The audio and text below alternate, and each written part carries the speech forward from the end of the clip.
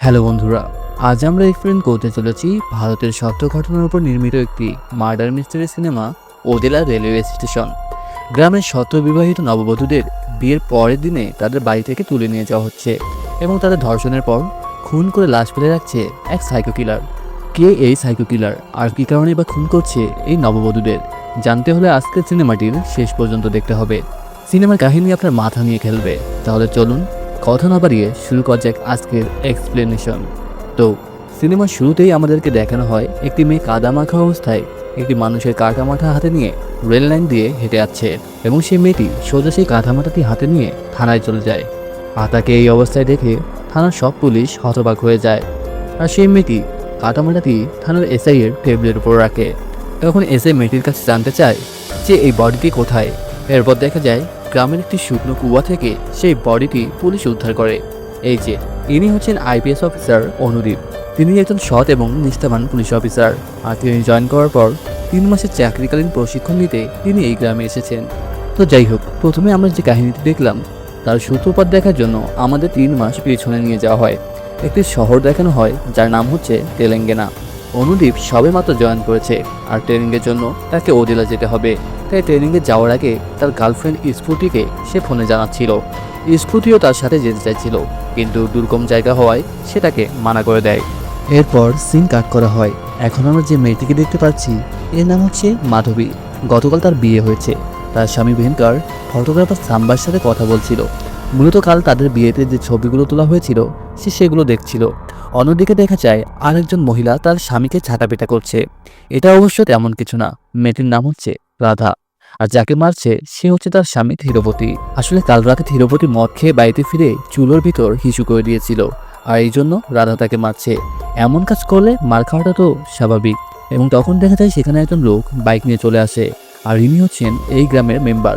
তো তখন মেম্বার বলে, এ কি রে ধীরপতি, তুই প্রতিদিন মদ খেয়ে আসিস আর বউয়ের মার খাস, তুই মদ খাওয়াটা ছেড়ে দিতে পারিস না? কিন্তু ধীরপতি মদ ছাড়তে রাজি না। তখন ধীরপতি বলে, আপনি যেদিন মেম্বার নির্বাচন হারবেন সেদিন আমি মদ খাওয়া ছেড়ে দেবো। আসলে এই এলাকাতে তার সাথে টক্কর দেওয়ার মতো কোনো প্রতিদ্বন্দ্বী নেই।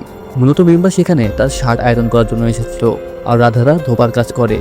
আর রাধা হলো খুবই সেন্সিটিভ মেয়ে, তার মাঝে কোনো লোভ লালসা নেই। তো যাই হোক, এরপর সিন কাট করা হয়।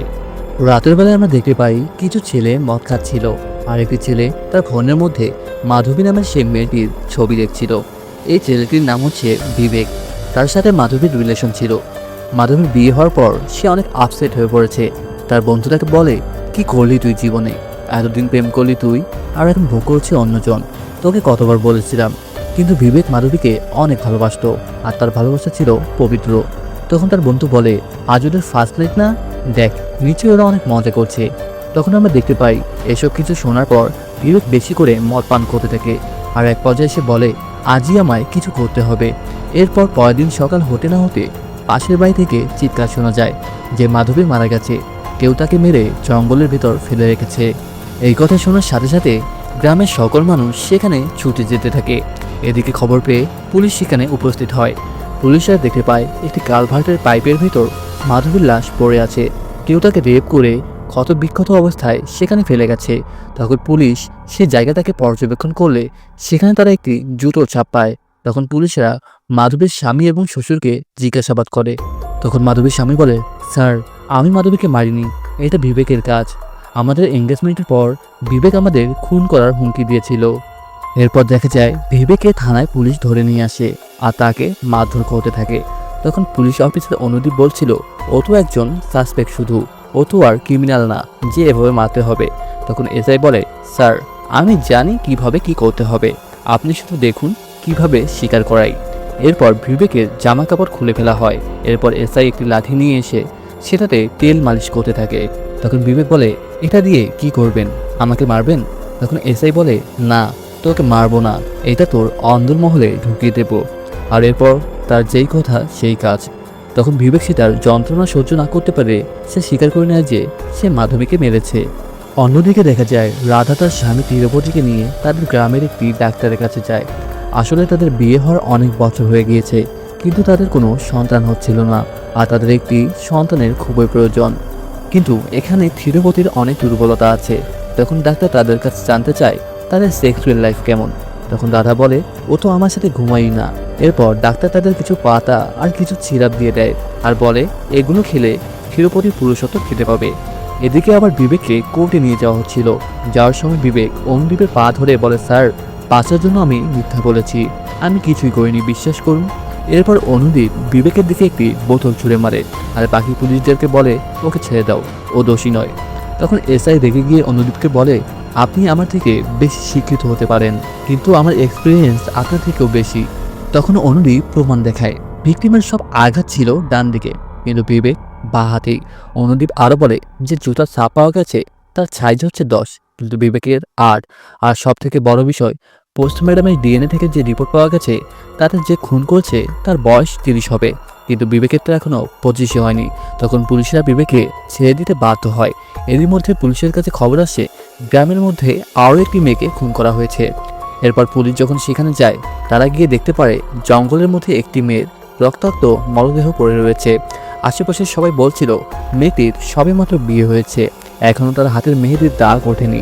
আর এমনটা ঘটল। তখন অনুদীপের একটু সন্দেহ হয়। সে ভাবে যে দুটি খুন করা হয়েছে তারা দুজনেরই নতুন বিয়ে হয়েছে আর দুজনেরই খুন একইভাবে করা হয়েছে। তার মানে এগুলো কোনো সাধারণ খুন হতে পারে না, এর পেছনে কোনো বড় হাত আছে। কিন্তু দেখা যায় এসআই এসব মানতে নারাজ, তার মতে এগুলো সাধারণ খুন। তখন অনুদীপ বলে খুন কখনো সাধারণ হয় না। এরপর রাতের বেলায় অনুদীপ যখন যেখানে খুন হয়েছে সেই জায়গাটা পর্যবেক্ষণ করছিল তখন সে একটি ফোন দেখতে পায়, আর ফোনটিতে চার্জ না থাকার কারণে সেটি বন্ধ অবস্থায় পড়েছিল। তখন অনুদীপ সেই ফোনটি নিয়ে থানায় যায় এবং সেটি চার্জে লাগিয়ে ফোনটি অন করে নেয়। তারপর সে ফোনের সব কিছু চেক করতে থাকে। তখন গ্যালারি চেক করার সময় সে একটি ভিডিও ক্লিপ দেখতে পায়, কিন্তু সেখানে কোনো মানুষের চেহারা দেখা যাচ্ছিল না, শুধু অডিও শোনা যাচ্ছিল। সেখানে শোনা যায় একজন ব্যক্তি মেয়েটিকে তুলে এনে তাকে টর্চার করে। এরপর তার স্বামীর সাথে কাটানো তার প্রথম রাতের ব্যাপারে জানতে চায়, যে 500 রাতে তার স্বামী তার সাথে কিভাবে কি করেছে। মেয়েটি ভয় পেয়ে একের পর এক বলছে, আর লোকটি সেইভাবে সে মেয়েটির সাথে খারাপ কাজ করতে আরম্ভ করে। মেয়েটি বাঁচার জন্য অনেক চিৎকার করে, কিন্তু সেই লোকটি তাকে ধর্ষণ করার পর তাকে হত্যা করে ফেলে। এদিকে অনুদীপের কাছে এখন মাত্র একটাই ক্লু, সেটা হলো এই অডিও ক্লিপে থাকা লোকটির ভয়েস। অপরদিকে থিরুপতির ভাই চান্দুকে দেখা যায় সে তার বন্ধু সাম্বার সাথে ফোনে কথা বলছিল। তখন সে বলে, কোথায় পাশে এসব ভিডিও, আমাকে পাঠা দেখি। তখন সাম্বা বলে, পাঠাচ্ছি, দেখে ডিলিট করে দিস। কিন্তু তখন চান্দু তার পেছনে দেখতে পায় তার ভাবি রাধা সে গোসলে যাচ্ছে। তখন সে সেটা সাম্বাকে বলে। তখন সাম্বা বলে, ওকে, তুই এনজয় কর, এই বলে ফোন কেটে দেয়। এদিকে রাধা গোসল করছিল। তখন চান্দু দরজার একটুখানি ছিদ্র দিয়ে রাধার গোসল করা দেখছিল এবং সে তার ফোন দিয়ে সেটা ভিডিও করছিল। তখন এক মহিলা চান্দুকে দেখে ফেলে এবং তিনি বলে, এই তুই কে রে, ওখানে কি করছিস? তখন চান্দু বলে, আমি আমার বউকে দেখছি, তোমার কি? তখন সেই মহিলা বলে, আগে বিয়ে তো কর, তারপর তোর বউকে দেখিস। এরপর রাধার গোসল করা হলে সে তার স্বামী থিরুপতিকে বলে, পুরুষেরা বউয়ের ব্লাউজ খুলতে গিয়ে বোতাম খুলে ফেলে, আর তুমি কিভাবে ছিললে? থিরুপতি বলে, খেয়াল করিনি, ধোয়ার সময় হয়তোবা ছিঁড়ে গেছে। তখন রাধা একটা সিফটিপিন দিয়ে থিরুপতিকে সেটা লাগিয়ে দিতে বলে। দেখা যায় থিরুপতির হাত কাঁপছিল। রাধা বলে, কি ব্যাপার, রাতে কাঁপাকাঁপি করো, এখন দিনেও? তখন থিরুপতি বলে, আমি ভয় পাচ্ছি, আসলে এটা লাগাতে গিয়ে তোমার আবার খোঁচা না লেগে যায়। তখন রাধা বলে, বিয়ের পর থেকে তোমার মোচের খোঁচায় কিছু হলো না, এখন 50 পেনে কি করবে, লাগাও তো। রাধা মুসকি মুসকি হাঁটছিল। থিরুপতি তার বউকে বলে, তুমি কত সুন্দর, একটু মেকআপ টেকআপ করো। তখন রাধা বলে, সেটা করলে যারা কাপড় দিতে আসে তারা চিঠি বাজাতে থাকবে, তখন ভালো লাগবে তো, তাই না? এরপর থিরুপতি বলে, তোমার সাথে কথা বলাতেই বেকার। এদিকে সাম্বাকে দেখা যায় রাস্তা দিয়ে কিছু মেয়ে যাচ্ছিল আর সে তাদের ভিডিও করছিল। অপরদিকে পুলিশ সে ভয়েস ক্লিপটি নিয়ে গ্রামের বিভিন্ন মানুষদেরকে শোনায়, কেউ সেটা চিনতে পারে কিনা জানার জন্য। এরপর যখন থিরুপতিকে শোনানো হয় তখন সে বলে, আমার ভয়েসটা চেনা চেনা লাগছে। তখন থিরুপতি চান্দুকে দেখে বলে, ওই চান্দু, ভয়েসটা সাম্বার ভয়েসের মতো মনে হচ্ছে না? ওই তো এ ধরনের বাজে শব্দ ব্যবহার করে। চান্দু বলে, আরে না, ওর মতো হলে তো ও হবে না। তখন চান্দুর আচরণে পুলিশের সন্দেহ মনে হয়। তখন পুলিশ সাম্বাকে থানায় ডেকে পাঠায়। এরপর পুলিশ সাম্বার ভয়েসের সাথে সেই ভয়েস ক্লিপটা ম্যাচ করার চেষ্টা করে, কিন্তু এখানেও ম্যাচ করে না। তখন সাম্বার পক্ষ নিয়ে সেখানে একজন উকিল আসে। সে প্রমাণ করে দেখায় ওই দিন সাম্বা অন্য গ্রামে একটি বিয়ে বাড়িতে ভিডিও করছিল। তখন বাধ্য হয়ে এসআই সাম্বাকে ছেড়ে দেয়। এখানে আপনাদের একটা বিষয় ক্লিয়ার করে রাখি, অনুদীপ যেহেতু এখনও ট্রেনিং নিচ্ছে তাই সে সিনিয়র হলেও এসআই সিদ্ধান্ত মতো তাকে কাজ করতে হবে, আর এসআই চায় না অনুদীপ তার কাজে নাক গলায়। এদিকে এএসপি ফোন করে এসআইকে টু কেসের রিপোর্ট জমা দিতে বলে। এসআইকে চিন্তিত দেখে অনুদীপ বলে, চিন্তা না করে খুনিকে ধরুন। তখন এসআই বলে, কোনো ধরনের প্রমাণ রাখেনি সে, কীভাবে ধরবো খুনিকে বলুন। এসআই আরও বলে, পরীক্ষায় পাশ করা আর কেস সলভ করা এক কাজ নয়। তখন অনুদীপ তাকে বলে, এখন তো টেকনোলজি অনেক এগিয়ে গেছে, ডিএনএ টেস্ট করান, তাহলেই তো জানা যাবে। তখন এসআই বলে, কি বলছেন? এর আগে একটি রেপ কেসের জন্য দিয়েছিলাম, 6 মাস লেগেছিল এর রেজাল্ট আসতে। অনুদীপ তাকে কিছু জায়গার নাম বলে। সে বলে, ওখানে তো 10-12 দিনের মধ্যে রেজাল্ট চলে আসে। তখন এসআই বলে, গ্রামের সবাইকে ডিএনএ টেস্ট করব, আর এটা কিভাবে সম্ভব? তখন অনুদীপ বোর্ডের মধ্যে একটি ছক আঁকে। সে গ্রামের মহিলার বাচ্চাদের বাদ দিয়ে 25 থেকে 30 বছরের যারা আছে আর যাদের জুতার সাইজ 10, তাদের মধ্যে একটি খসড়া করে। দেখা যায় তাতে 20 থেকে 25 জনের মধ্যে টেস্ট করলেই হয়ে যাবে। অনুদীপ এসআইকে মানিয়ে নেয়, ওই 25 জনের ডিএনএ সিম্পল নিয়ে ল্যাবে পাঠায়। কিন্তু 10 দিন সময় থাকবে, এখন শুধু অপেক্ষার পালা। আর খেয়াল রাখতে হবে এতে যেন আরও নতুন করে কোনো ঘটনা না ঘটে। কিন্তু এখানে বিপত্তি, এরই মধ্যে গ্রামের মেম্বার থানায় চলে আসে। আসলে তার মেয়ের বিয়ে, তাই সে দাওয়াত দিতে এসেছে।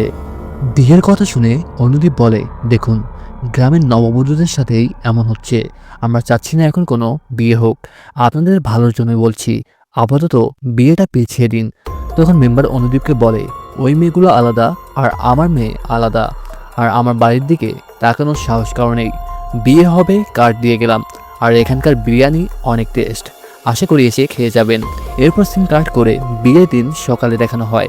দেখা যায় অনুদীপ মেম্বারকে কল করে এবং তাকে বোঝাতে থাকে যাতে তিনি বিয়েটা বন্ধ করে দেয়। কিন্তু মেম্বার তার কথায় কোনো পাত্তা দেয় না। সে রাতে তার মেয়ের বিয়ে দিয়ে দেয়। সবাই অনেক আনন্দ করছিল, কারণ মেম্বারের মেয়ের বিয়ে বলে কথা। এদিকে দেখা যায় রাধা মেম্বারের মেয়ের প্রিয়াকে সাজিয়ে দিচ্ছে, আর ফটোগ্রাফার সাম্বা তার ছবি তুলছিল। দেখা যায় সাম্বা ছবি তোলার বাহানায় সে গোপন অ্যাঙ্গেলের ভিডিও করছিল। এরপর বাইরে মেম্বারকে দেখা যায় সে তাস খেলছিল। তখন মেম্বার পুলিশকে দেখে বলে, আমি তাদের ডাকলাম দাওয়াত খেতে, আর তারা পাঠালো আমার বাড়ি পাহারা দিতে। তখন সেখানকার একজন কনস্টেবলকে অনুদীপ ফোন করে জানতে চায় যে সেখানকার সব কিছু ঠিকঠাক আছে কিনা। তখন সেই কনস্টেবল বলে, হ্যাঁ স্যার, এখানে সব কিছুই একদম ঠিকঠাক আছে। এরপর অনুদীপ তাদের সারাটা রাত ডিউটি করতে বলে, আর সে আরও বলে তাকে যেন কিছুক্ষণ পর পর আপডেট দেওয়া হয়।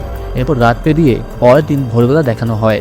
অনুদীপ ঘুম থেকে উঠে আবারও তার কনস্টেবলের কাছে ফোন করে আর জানতে চায় সেখানকার অবস্থা কী। তখন কনস্টেবল প্রিয়াকে দেখে বলে, ঠিক আছে স্যার, ও ওর বান্ধবীকে ট্রেনে তুলে দিতে স্টেশনে যাচ্ছে। তখন অনুদীপ প্রিয়ার উপর তাদের নজর রাখতে বলে, আর কনস্টেবল দুজন প্রিয়ার পিছিয়ে পিছিয়ে যেতে থাকে। তখন সে সাইকো কিলারকে দেখা যায়, সে ভুট্টা ক্ষেতের ভিতর দিয়ে হাঁটছে। এদিকে প্রিয়া তার বান্ধবী সহ স্টেশনে বসে ট্রেনের জন্য অপেক্ষা করছিল। অপরদিকে পুলিশ চায়ের দোকানে চা খাচ্ছিল। এরই মধ্যে সেখানে একটি ট্রেন আসে, আর ট্রেনটি চলে যাওয়ার সাথে সাথে দেখা যায় সেখানে প্রিয়া আর নেই, আর তার বান্ধবী সেখানে অজ্ঞান অবস্থায় পড়ে আছে। তখন সেখানকার এক কনস্টেবল অনুদীপকে ফোন করে বিষয়টি জানায়। অন্যদিকে সেই সাইকোটা প্রিয়াকে একটি ভুট্টা ক্ষেতের ভেতর নিয়ে যায়। তখন প্রিয়া সেই সাইকোটাকে দেখে চিনতে পারে, বলে, তুই জানিস না আমার বাবাকে? তখন সাইকোটা হাসতে হাসতে বলে, কিন্তু তোর বাবা জানে না আমি কে। সাইকোটা আরও বলে, তোর পার্শ্বগতের কথা আমাকে যদি তুই না বলিস তাহলে আমি তোকে টুকরো টুকরো করে ফেলবো। এদিকে পুলিশেরা ক্ষেতের ভেতর তল্লাশি শুরু করেছে। অন্যদিকে সাইকোটা প্রিয়ার কাছে তার বাসরাতের কথা জানতে চাইছে। বাধ্য হয়ে প্রিয়া বলছি। তখন প্রিয়া তাকে এক এক করে সব কিছু বলতে থাকে, তার স্বামী বাসরাতে তার সাথে কী কী করেছে। আর সেই কথাগুলো শুনে সাইকোটা প্রিয়ার সাথে একইভাবে সেই কাজগুলো করতে থাকে। আর সাইকোটা প্রিয়াকে ধর্ষণ করার পর প্রিয়াকে সেখানে মেরে ফেলে রেখে পালিয়ে যায়। তখন পুলিশ তাকে দেখে ফেলে, আর পুলিশকে সে পাথর মেরে সেখান থেকে পালাতে থাকে। তখন অনুদীপ তাকে ধরতে তার পিছনে দৌড় দিলে দৌড়াতে দৌড়াতে সে একসময় পড়ে যায়। এরপর একটি পাথর পেয়ে সেটা ছুঁড়ে মারে সে সাইকোর দিকে। তখন পাথরের আঘাতে রক্তাক্ত হয়ে সে সাইকো কিলারটা সেখানে পড়ে যায়। তখন অনুদীপ কাছে গিয়ে দেখতে পায় সে আর কেউ নয়, সে হচ্ছে চান্দু।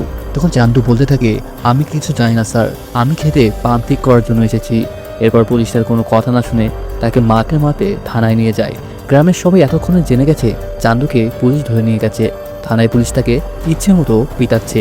তখন রাধা খবর পেয়ে তিরুপতিকে নিয়ে সে থানার উদ্দেশ্যে রওনা হয়। তখন পাশের বাসার এক মহিলা বের হয়ে বলে, তোর ভাই আমার ছেলের বউকে মেরেছে, তোদের সর্বনাশ হবে। এরপর খবর পেয়ে মেম্বার থানায় যায়।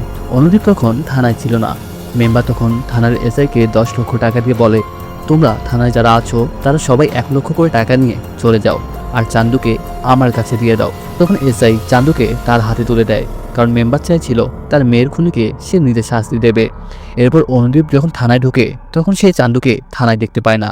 অনুদীপ তখন এএসপিকে ফোন করতে চায়। তখন সেখানকার এসআই বলে, স্যার আপনি এখানে শিখতে এসেছেন, আমাদের চাকুরি খেতে নয়। অনুদীপ বলে, তোমরা আমাকে কি শেখাবে? হ্যাঁ, কিভাবে মানুষের কাছে ঘুষ খেতে হয়? আমি পুলিশের চাকরি নিয়েছি মানুষের সেবা করতে, ঘুষ খেতে নয়। তখন এসআই বলে, স্যার আপনার টাকা না লাগলেও আমার লাগে, আমার পরিবার আছে, তাদের চালাতে হয়। তখন অনুদীপ বলে, এতই যদি আপনার টাকা লাগে তাহলে ইউনিফর্ম খুলে ভিক্ষা করতে বসেন। এরপর এসআই আর কোনো কথা না বাড়িয়ে সে তার ভাগের 1 লক্ষ টাকা নিয়ে চলে যাচ্ছিল। আর অনুদীপকে বলে, আমি বাড়ি যাচ্ছি, এসপি স্যারকে জানানোর পর 1 বোতল বিষ পাঠিয়ে দেবেন আমার বাড়িতে। তো যাই হোক, এরপর রাধা তিরুপতি থানায় আসে আর অনুদীপকে বলে, চান্দু এমন কিছু করতে পারে না, ও পাম্প সেট করতে গিয়েছিল, আপনাদের কোথাও ভুল হচ্ছে। তখন অনুদীপ বলে, আমি জানি তোমরা অনেক ভালো লোক, আমার কিছু করার নেই। আর চান্দুকে এখন মেম্বার নিয়ে গেছে। এদিকে মেম্বারকে দেখা যায় সে চান্দুর উপর টর্চার করছে। সে তার মেয়ের যেখানে যেখানে অলঙ্কার পরেছিল চান্দুর সেখানে সেখানে ছুরি দিয়ে কাটছে। ওই সময় রাধা তিরুপতি সেখানে উপস্থিত হয় আর রাধা মেম্বারের পায়ে পড়ে কান্না করতে করতে বলে, ওর দোষ করলে ওকে জেলে দিয়ে দিন, কিন্তু ওকে এভাবে মারবেন না। তখন মেম্বার বলে, আমার একমাত্র মেয়েকে খুন করেছে, তাকে আমাকে দাফন করতে হয়েছে। ও আমার মেয়েকে যেভাবে কষ্ট দিয়ে মেরেছে আমিও সেভাবেই ওকে মারবো। তখন রাধা তিরুপতির কাছে কোনো উপায় না থাকায় তারা দুজন গ্রামের সব নামি দামি লোকদের কাছে যায় আর তাদেরকে রিকোয়েস্ট করে মেম্বারকে বোঝাতে, কিন্তু কেউ তাদের সাহায্য করতে রাজি হয় না। এরপর তারা একজন উকিলের কাছে যায়। তখন উকিল তাদের কাছে 1 লক্ষ টাকা চায়, কিন্তু এত টাকা তারা কোথায় পাবে, তাই বাধ্য হয়ে তারা সেখান থেকে ফিরে আসে। এরপর পরের দিন আমরা দেখি অনুদীপ মেম্বারকে ফোন করে বলে, স্যার গ্রামে আরও একটি মেয়ের খুন হয়েছে, চান্দু খুনি নয়, আমাদের ভুল হয়েছে, চান্দুকে ছেড়ে দিন। আসলে চান্দু ওই দিন পাম্প চেক করতে গিয়ে ভুল জায়গায় ফেসে গিয়েছিল। এরপর মেম্বার যখন সবকিছু জানতে পারে তখন সে চান্দুকে ট্রিটমেন্ট করিয়ে তাকে বাড়িতে নিয়ে আসে। রাধা তিরুপতির কাছে পুলিশের ভুলের জন্য ক্ষমাও চায়। রাতের বেলায় অনুদীপের প্রেমিকা স্ফূর্তি অনুদীপকে ফোন করে। সে বলে অনুদীপ কেন তার ফোন ধরছে না। তখন অনুদীপ সবকিছু তাকে খুলে বলে।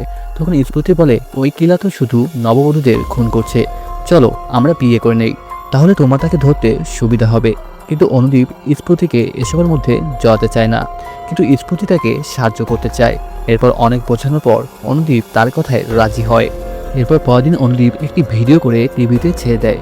সে ভিডিওতে বলে, আমি আগামী সপ্তাহে এখান থেকে চলে যাব, এখানে 4 জন নববধূর খুন হয়েছে, এই গ্রামে 4টি বিয়ে হয়েছিল, ওই কিলারকে আমি চ্যালেঞ্জ করছি, 5ম বিয়েটা হচ্ছে আমার, আমি বিয়ে করছি। সে আরও বলে, আমি জানি তুমি শুনছো, দেখি তোমার কত সাহস, পারলে এসো। কথা মতো পরদিন অনুদীপ মন্দিরে গিয়ে স্ফূর্তিকে বিয়ে করে। সাম্বাকে দেখা যায় সে ছবি তুলছে আর সে ফোন করে চান্দুকে বলে, পুলিশের বউ যা দেখতে রে। তখন চান্দু বলে, বাদ দে এসব। কিন্তু চান্দুর ভাবমূর্তি অন্য কিছু বলছে। এদিকে বিয়ে হয়ে গেলে অনুদীপ স্ফূর্তিকে নিয়ে কোয়ার্টারে আসে। সবাই তাদের জন্য সব কিছু সাজাচ্ছে। তখন দরজায় একটি কাগজে অনুদীপ দেখতে পায় কিলার অনুদীপকে চ্যালেঞ্জ করেছে। রাধা চিন্তা করছিল যদি এখন কিছু হয়ে যায়। তখন তিরুপতি বলে, ওদের বিষয় একরকম আর সাদের বিষয় আর একরকম, সে সাদের কিছুই করতে পারবে না। তখন অনুদীপ তিরুপতিকে কিছু টাকা দিয়ে বলে সবার জন্য বিরিয়ানির ব্যবস্থা করতে। রাতে তিরুপতিকে দেখা যায় টাকা বাঁচিয়ে সে ব্র্যান্ডের মদের বোতল এনেছে। সে সাম্বার চান্দুকে নিয়ে মদ খাচ্ছে আর রাধা উপাস থেকে চিল্লাচিল্লি করছে। তখন সাম্বা তিরুপতিকে বলে, পুলিশের বউটা হেভি দেখতে। তখন তিরুপতি বলে, রদীপের না হলে তো এমন হবেই। সাম্বা বলে, এতক্ষণে মনে হয় ওরা মাস্তি করছে। তখন তিরুপতি বলে, তুই বিয়ে কর, তাহলে তুইও করিস। সাম্বা বলে, বিবাহিতদের চেয়ে তো ওই কিলারই বেশি মাস্তি করছে। তখন চান্দু চোখে মুখে রাগ দেখে সাম্বা বলে, তুই আমার দিকে এভাবে তাকিয়ে আছিস কেন? তোকে ইনোসেন্ট ভেবে তো পুলিশ তাদের ছেড়েছে, তাই না? তখন চান্দু বলে, আমি কাউকে ছাড়বো না, প্রতিটি মারের শোধ আমি নেব। এরপর রাতের বেলায় দেখা যায় রাধা ঘুমিয়েছিল, কিন্তু ইঁদুরের শব্দে তার ঘুম ভেঙে যায়। সে উঠে তখন পানি খাচ্ছিল। তখনই উপর থেকে একটি ট্রাঙ্ক পড়ে যায় আর রাধা সেখানে দেখতে পারে সেখানে মেয়েদের অনেক শর্ট কাপড় এবং স্বর্ণের রিং আর নুপুর রাখা। রাধা ভাবতে থাকে, এসব কার, এগুলো কোথায় থেকে এলো? তার আর বুঝতে বাকি থাকে না। তখন রাধা সেই স্বর্ণগুলো নিয়ে সে বের হয়ে যাচ্ছিল। বের হওয়ার সময় তিরুপতি জানতে চায়। সে রাধাকে বলে, কোথায় যাচ্ছ? তখন রাধা টয়লেটের বাহানা দিয়ে বেরিয়ে পড়ে। এরপর রাধা মেম্বারের বাড়িতে যায়। তাকে একটি রিং দেখে জানতে চায় এই রিংটা কার। তখন মেম্বার জানায়, এটা তো আমার মেয়ের রিং। তখন রাধা সেখান থেকে দৌড়ে মাধবীর শাশুড়ির কাছে যায়, তাকে একটি রিং দেখায় আর তারাও বলে এটা মাধবীর রিং। এরপর সবার কাছ থেকে কনফার্ম হয়ে সে বাড়িতে ফিরে দেখে চান্দু আর তিরুপতি নেই। তারা কোথায় গেছে কেউ জানে না। রাধা অনেক চিন্তায় পড়ে যায়। তখন রাধা তার ফোনটি নিয়ে বেরিয়ে পড়ে, আর সে অনুদীপকে একের পর এক ফোন করেই যাচ্ছে। বাসরাত বলে কথা, অনুদীপ ফোনটি সাইলেন্ট করে রেখেছে। তখন রাধা কোনো উপায় না পেয়ে সে অনুদীপের কোয়ার্টারের দিকে দৌড়াতে থাকে। এদিকে ভোর হয়ে গিয়েছে। দেখা যায় অনুদীপ বাহিরে বসে পেপার পড়ছিল, আর তিরুপতিও সেখানে এসে কাজ করতে শুরু করে দেয়। তখন অনুদীপ তিরুপতিকে বলে, তিরুপতি কাপড়গুলো ওয়াশ করতে নিয়ে যাও। কিছুক্ষণ পর তিরুপতি কাপড়ের গাড়িটি নিয়ে বের হয়। তিরুপতি বলে, স্যার অনেক কাপড় আমি পরিষ্কার করে আগামীকালকে এসে দিয়ে যাব। এই বলে কাপড়ের গাড়িটি নিয়ে বেরিয়ে পড়ে। এরপর অনুদীপ তার ফোন চেক করে এবং সে দেখে রাধা তাকে ফোন করেই যাচ্ছে। তখন অনুদীপ ফোন রিসিভ করলে রাধা তাকে বলে, স্যার ম্যাডাম কোথায়, তাড়াতাড়ি চেক করুন। তখন অনুদীপ ভিতরে গিয়ে স্ফূর্তিকে খুঁজতে থাকে, কিন্তু সে কোথাও স্ফূর্তিকে পায় না। তখন রাধা বলে, কিলার আর কেউ নয় স্যার, আমার স্বামী তিরুপতি হচ্ছে আসল কিলার। এরপর দেখা যায় তিরুপতি যে কাপড়ের গাড়িটি নিয়ে বেরিয়েছিল সেটার ভিতরে করে সে স্ফূর্তিকে নিয়ে এসেছে। এরপর দেখানো হয় সে কিভাবে স্ফূর্তিকে ধরে নিয়ে এসেছে। দেখা যায় তিরুপতি কাপড় আনার জন্য স্ফূর্তির রুমে যায়। স্ফূর্তি তখন ঘুমিয়েছিল। তিরুপতি তার কাছে গিয়ে তার গায়ে হাত দিচ্ছে। স্ফূর্তি অবশ্য ভেবেছিল হয়তো অনুদীপ তার সাথে এরকমটা করছে, কিন্তু তিরুপতি তাকে সেন্সলেস করে তাকে কাপড়ের গাঁটটির ভেতরে করে নিয়ে যায়। আর এখানে আমরা জানতে পারি আগের ধর্ষণ আর খুনগুলো তিরুপতি করেছিল, আর সেই ভুট্টা খেতে তিরুপতি খুন করেছিল। আর চাঁদুও সেখানে ছিল, কিন্তু সে আসলে পাম্পের কাজ করছিল। তাই তিরুপতি পালিয়ে গেলে পুলিশ ভুল করে চাঁদুকে ধরে। তো যাই হোক, এদিকে আমরা দেখি পুলিশ গাড়ি নিয়ে বেরিয়ে পড়ে। আর রাধা তার বাড়িতে ফিরে তিরুপতির কাপড় নিয়ে পুলিশের একটি ট্রেনিংপ্রাপ্ত কুকুরকে শুকায়। এরপর রাধা সেই কুকুরটির রশি খুলে সেটাকে ছেড়ে দেয়। তখন কুকুরটি দৌড়াতে থাকে, আর সেই কুকুরটির পিছে রাধাও দৌড়াতে থাকে। এরপর দেখা যায় কুকুরটি একটি পরিত্যক্ত কুয়ার সামনে এসে দাঁড়ায়। রাধাও তার পিছু পিছু সেখানে পৌঁছায়। রাধা তখন তিরুপতি তিরুপতি বলে চিৎকার করতে থাকে। একসময় রাধা নোটিশ করে সেই কুকুরটি কুয়ার ভেতরে কি যেন একটা দেখে জোরে জোরে চিৎকার করছে। এরপর রাধা কুয়ার ভেতর দেখতে পায় তার স্বামী তিরুপতি স্ফূর্তিকে রেপ করার চেষ্টা করছে। উপর থেকে রাধা চিৎকার করে তিরুপতিকে অনুরোধ করে তাকে ছেড়ে দিতে বলে, আর রাধা চারদিকে চিৎকার করে সাহায্য চাচ্ছিল। এরপর রাধার চিৎকারের কারণে তিরুপতি উপরে উঠে আসে এবং সে রাধাকে বলে, চিৎকার করিস না। তখন রাধা বলে, তুমি এই জঘন্য কাজগুলো কেন করছো, কেন এইভাবে মেয়েদেরকে মারছো? তখন তিরুপতি বলে, তোর জন্য। তখন রাধা জানতে চায় সে কি করছে। তখন তিরুপতি বলে, তুই আমাকে ইজরা বানিয়েছিলি। এখানে দেখানো হয় মূল কারণ। দেখা যায় তাদের বিয়ের রাতে তিরুপতি খুব খুশি ছিল, কারণ রাধা ছিল একজন শিক্ষিত মেয়ে, যে কিনা ইন্টারমিডিয়েট পাশ করা একটা মেয়ে, আর তিরুপতি ছিল মাত্র 3 পাস করা। রাধা এই বিয়েতে খুশি ছিল না, আর এই বিয়েটা তার জন্য বলিদান ছিল। তিরুপতি রাধার সাথে ইন্টিমেট হওয়ার চেষ্টা করছিল। তখন রাধা বলে, তুমি কি ব্রাশ করনি? তোমার মুখ থেকে তো গন্ধ আছে। এরপর গায়ে গন্ধ আছে থাকে। রাধা বলে, সাবান ব্যবহার করো না তুমি? তিরুপতি নাড়বাচ্ছিল, সে রাধাকে আদর করার চেষ্টা করছে। তখন রাধা বলে, আশা করি গ্রামের লোক যেরকমটা তোমার বিষয়ে বলে তুমি সেরকমটা না। তখন তিরুপতি জানতে চায় গ্রামের লোকজন কি বলে। সে বলে, তুমি নাকি সব মেয়েকে বোনের মতো দেখো, তোমার মধ্যে পুরুষত্ব নেই। তিরুপতি বলে, এগুলো মিথ্যা, এমনটা নয়। এরপর তিরুপতি রাধাকে ছেড়ে দেয় আর বলে, আমরা আবার কালকে চেষ্টা করব। তখন রাধাও কিছু না বলে সে তার মুখ ঘুরিয়ে নেয় এবং শুয়ে পড়ে। এরপর তিরুপতি বলে, শুধু ওই রাত নয়, 10 বছর যাবৎ তোমার অপমানের কথা আমি ভুলতে পারিনি। আমি দুর্বল বলে তুমি সবসময় আমাকে অপমান করেছ। আজ আমার এই অবস্থার জন্য তুমি দায়ী, তোমার কথা দায়ী। রাধা বলে, আমি অন্যায় কি বলছি? তখন তিরুপতি বলে, একজন স্বামীকে মানুষ বা জানোয়ার বানানো সব একটি মেয়ের উপর নির্ভর করে। আমি কিভাবে পুরুষ হতাম ওই পাতা আর সিরাপ খেয়ে, যা তুমি ডাক্তারের কাছ থেকে এনে দিয়েছ? আমি পুরুষ হয়েছি শুধু একজন মেয়ের জন্য। মাধবীর বিয়ের রাতে আমি ভোর 4টায় তাদের বাসরের আওয়াজ শুনতে পাই।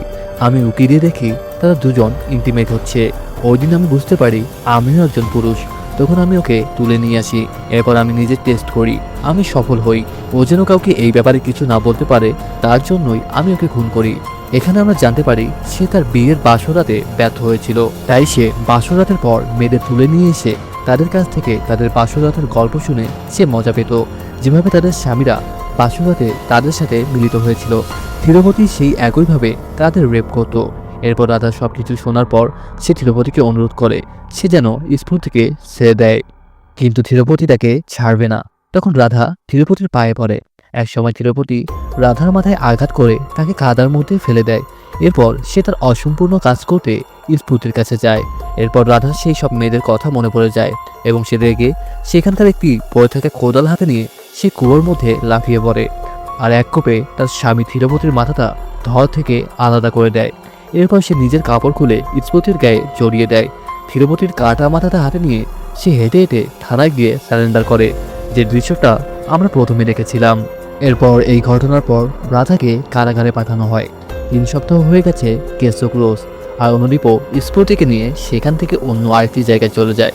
আর এই অসাধারণ মার্ডার মিস্ট্রি সিনেমাটি এখানেই শেষ হয়ে যায়। সিনেমাটি ভালো লাগলে অবশ্যই আমাদের চ্যানেলটি সাবস্ক্রাইব করবেন। আর এতক্ষণ আমাদের সাথে থাকার জন্য ধন্যবাদ।